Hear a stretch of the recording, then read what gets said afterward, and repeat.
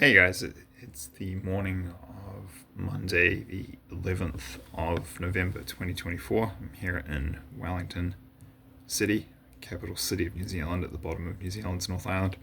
So, straight off the bat, I'll just crack into it. I'm going to refer you to the disclaimer in the description box below. Please have a look at that if you have not already done so. I've also put the links below in the description box to two videos that I posted 6 and 10 months ago, respectively. So you now have the evidence. You can go there and look for yourself. If you don't believe me, I forecast this. I put out this prophecy that Trump would be re-elected in 2024 long ago, many months ago, more than 6 months, more than half a year ago, and that has now, obviously, unless you've been living under a rock, that's fulfilled, because Donald J. Trump just won the US presidential election for 2024. Mostly officially. Some sort of a lot of stuff has to be confirmed. That's where we might start to see the civil war kick off. So this is part A, actually, to be clear, of the prophecy. Part B, which as yet remains unfulfilled, is that this event is going to either directly or indirectly or have some major part in contributing to the ignition is an explosion of a second American Civil War. So to repeat, American Civil War 2.0. So if you go and look at the second link that I've posted in the description box below to one of those two earlier videos where I put out this prophecy, you'll see a link to a playlist. I'll put that playlist below as the third link, in the description box below too, so you can just click on that, and you'll see that people were being shown, many different people who do not know each other, so many different Christian prophetic dream seers were all shown that Donald Trump would be re-elected far ahead, far in advance of this actually taking place, that he would be re-elected in 2024. But they've also been shown, associated with this event, there's a lot of videos that go into a lot of detail about this, into the circumstances around it, that a lot of them have also been shown that, this will turn into a civil war. It's kind of that the US is just too divided, and I don't quite know how it's going to play out. But one of the videos, for example, if you look at that playlist, talks about how American generals put in the US military by Obama, will not take orders from Trump. So that's one scenario as to how it could unfold. I don't know how it will unfold. I hope it doesn't, to be clear. That would be terrible, obviously. It's going to be horrific if there's a civil war in the US. I do believe it will happen, unfortunately. And also, just putting all prophetic dreams aside, the country's extremely divided. People have done, analysis of the politics of countries leading up to civil war, and kind of what the pattern looks like before that event transpires, and most if not all the boxes have been ticked for the US on this kind of timeline moving into 2025. It's not looking good, put it that way. But like I said, just to repeat, I hope I'm wrong. I hope I'm delusional. I hope everyone's delusional. I hope we're all wrong, but I have a bad feeling. And like I say, putting prophetic dreams aside, if you just ignore the spiritual prophetic aspect, things aren't looking good from a purely objective, logical, political science, geopolitical analysis lens. It's really not looking good. So it's also just important from my own, from an integrity and kind of covering myself standpoint. I never claimed to have had prophetic dreams of this event myself, and I never did. But I am claiming it as a kind of, I'm putting this in my fulfilled prophecy playlist. It's a prophecy by proxy. That's what I would say. What do I mean by that? Well, little old Nick here took many, many hours out of his time, unpaid, I'm not getting paid for this work, guys. So this is partly why I'm putting it on my list. I'm like, yeah, I put the time and energy and effort in, and it happened. So yeah, I'm claiming it. Yeah, I trawled through many. Actually, my original playlist had about 60 prophetic dreams about Trump being re-elected in the Civil War. To be honest, I didn't have time to go through all of them, but it wasn't necessary either. I felt 25 was enough. But I did have to go through many others that I didn't put in that full published playlist because they didn't meet quality standards. So I vetted them first. So I did search for a whole bunch of prophetic dreams about stuff. That made an initial playlist of like 50 to 60. Then went through a whole bunch and then kind of vetted them and presented the final thing. And this is basically using one of the methods that I've talked about on this channel, which is core to my method and the strategy I use here to validate whether prophetic dreams are trustworthy or not. And that's that I look at the collective. So I look to see if many different people who do not know each other, many different Christian prophetic dreams here, YouTubers, are getting prophetic dreams about the same thing. And then only if that's the case will I really go ahead and with confidence and publish dreams that I've had that are about similar or the same topics and themes. I wouldn't have even started this channel if it wasn't for my discovery in around June 2021 that literally, hundreds of thousands, I think the real number is in the millions of people are having these prophetic dreams of World War III globally. Certainly there are thousands of people who are having them who have posted them on YouTube. It was when I saw that and I realized, oh, I'm not alone. This isn't just me. This is a pattern. And then when I saw that many of these people, like me, had lots of other prophetic dreams come to pass, that's when I thought, okay, yeah, this is okay. That's when I understood this is real. So to be clear, this is a prophetic dream that's fulfilled for me by proxy. So I concluded that these dreams were prophetic in nature and that they were accurate and reliable based on my method. Which, if you get enough people and they're all seeing the same thing and none of them know each other, that's kind of a solid part of the method. And it talks in the Bible about this. I forget the verse, but it talks about how prophecy should be seen by something like 3 witnesses or more. That has to be valid. To be honest, if you really get into the weeds with the stuff with dreams, there are tricks. Dreams are very tricky. You can have recurring dreams. That's a separate topic.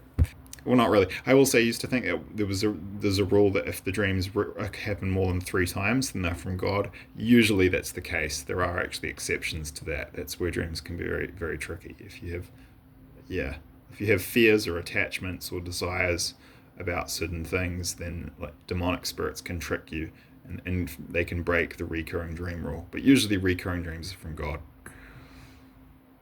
And many people have had recurring dreams about the Civil War and Donald Trump being re-elected. I'd like to also point out, just before I finish up, so, this is kind of crazy, but one of the guys whose videos, he actually has multiple videos about Trump being re-elected and then the Second American Civil War in this playlist that I created for that.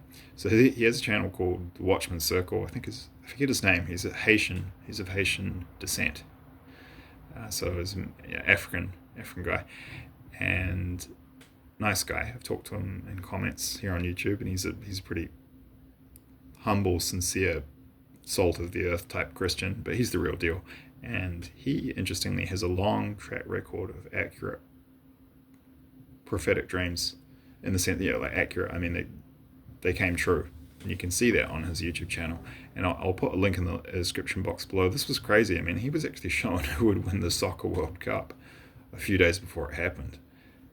And I think quite a few people made some money off that. That wasn't his intention. He talks about that in the video. But he was literally shown by God that Argentina would win the Soccer World Cup sometime before. And he posted the video 4 days before. Boom, Argentina won the World Cup. And it's also interesting to note that me and him have had many prophetic dreams from God about upcoming events in World War III with no correspondence, and we've been shown exactly the same thing. For example, he's had dreams about a draft that's coming to the US, and I have as well.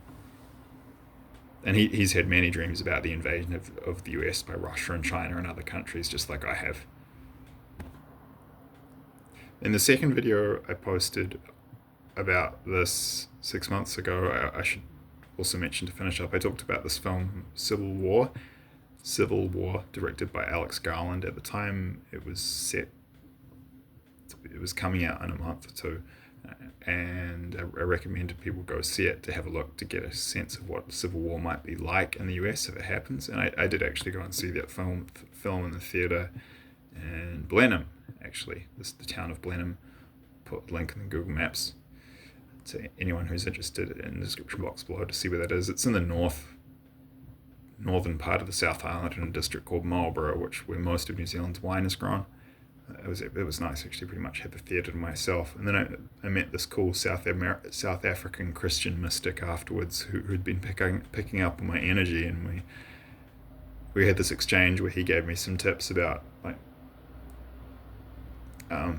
he gave me a whole bunch of important spiritual advice that I was meant to get that was really key at that time. And then in exchange, I kind of gave him all the warnings about the war. He was a really nice guy. But yeah, I saw that film, Civil War, directed by Alex Garland, in that theatre there in Blenheim.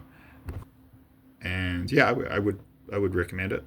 A lot of people some people didn't really get it.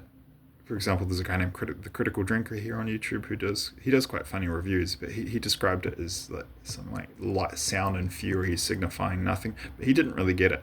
But it's not a complicated film. The core message is just very simple.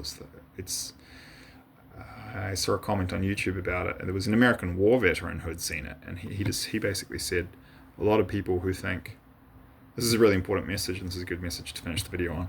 He said a lot of people who haven't experienced war get excited by the idea of it.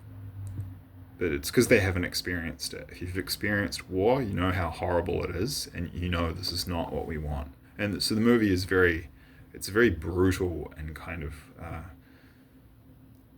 unflinching, and it's very raw. And it's done really well, but it just shows the shocking reality of war and all the kind of tragic things that happen and losses on both sides. You really get the sense that there are no winners, which is very much the case of civil wars. Civil wars are terrible, and they're one of the worst kinds because it's, brother against brother, family, sister against sister, family against family, friend against friend, often very, very traumatic. I'm 75% Spanish, and the Spanish Civil War, the psychic scars on the country of Spain is still felt today, almost 100 years. We're coming up.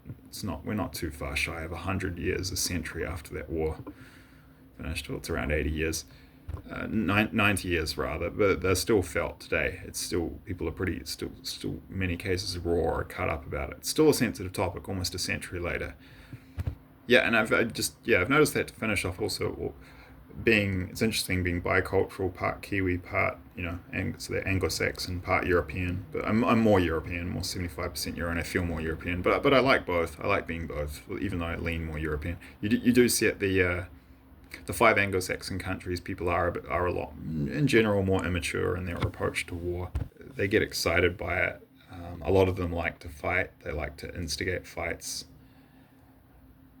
And like here in New Zealand, for example, I find a very high percentage of people have low emotional intelligence, and so what happens is they're either passive or aggressive. They can't do diplomacy. They just shut up, and they explode, and then they'll either cower in fear or they'll savagely attack you in a disproportionately brutal and egregious manner. They don't know how to do diplomacy. Most Kiwis don't know how to do diplomacy at all. It's not even a concept. If conflict resolution means means knocking the other guy out, it's a joke. You don't do peaceful diplomacy in talks. Whereas, as a European, I find if I have a problem, like an issue with another European, my experience always, with pretty much all of them from all nationalities, have experienced this while traveling. We don't even. Just instinctively, we start talks. It's like, okay, we've got a problem here. Let's talk it out. Talk. 8 7 to 8 times out of 10, you resolve it through peaceful talks, and it doesn't need to escalate to violence. Then, if the talks fail, then you move to violence. That's the understanding we have as Europeans, because collectively we've been through the trauma of these horrific wars in the 20th century. So we have this natural pacifism and aversion to war, and an understanding that we'll go there if we have to, but we'll avoid it at all. We try to avoid it at all costs. It's the last resort. Because when you've experienced the horrors of a ground invasion in World War, as most European countries did, either in World War I or World War II or both, then you develop this through the trauma the country processes after it goes through those wars. Spain didn't get invaded in a ground invasion in World War I or II, but yeah, we did have a civil war. So yeah, like there are collective psychological, historical reasons why individually people from the US, Canada, Australia, New Zealand, UK are they're much more immature around conflict. I find Americans a bit better. Canadians are pretty crap, I find, in general. English kind of in the middle, Australians in the middle. I get really bad energy from Canada, very strong antichrist spirit, same as New Zealand. I think New Zealand's the worst, followed shortly by Canada. Also UK and Australia in the middle, and US is probably the best of the lot, but very kind of polarized there too. You get lots of people who are like, I've said this before, some of the very worst people in my life, most of them were Americans, and the very best people I've met in my life, like many if not most, were Americans. I'll simplify it. So like, it's not, of all the people I've met in the world, when it comes to Americans, I find there's lots in the middle, but then I found of the very best people I've met in my entire life, probably at least half were Americans, and of the very worst people I met in my entire life, at least half were Americans. I find it amusingly polarized. I mean, polarization of consciousness, polarization of politics, everything right now. It's a very divided country, but yeah, I would recommend going to see that film, Civil War, because I think a lot of people in the US like get excited, and in our countries, Anglo-Saxon countries, who unlike the European ones haven't experienced ground invasions and modern war, they get excited by the idea of war because they don't know what it is. But if they really knew what it was, they wouldn't want anything to do with it. I used to have a old English friend in his 80s, and he said that to me. He'd lived through the Blitz and World War II, and he said there's too much glorification of war. If people really knew what it was like, they wouldn't want anything to do with it. So I really hope a second American Civil War doesn't happen. I hope that prophecy doesn't fulfill as well, but I have a bad feeling.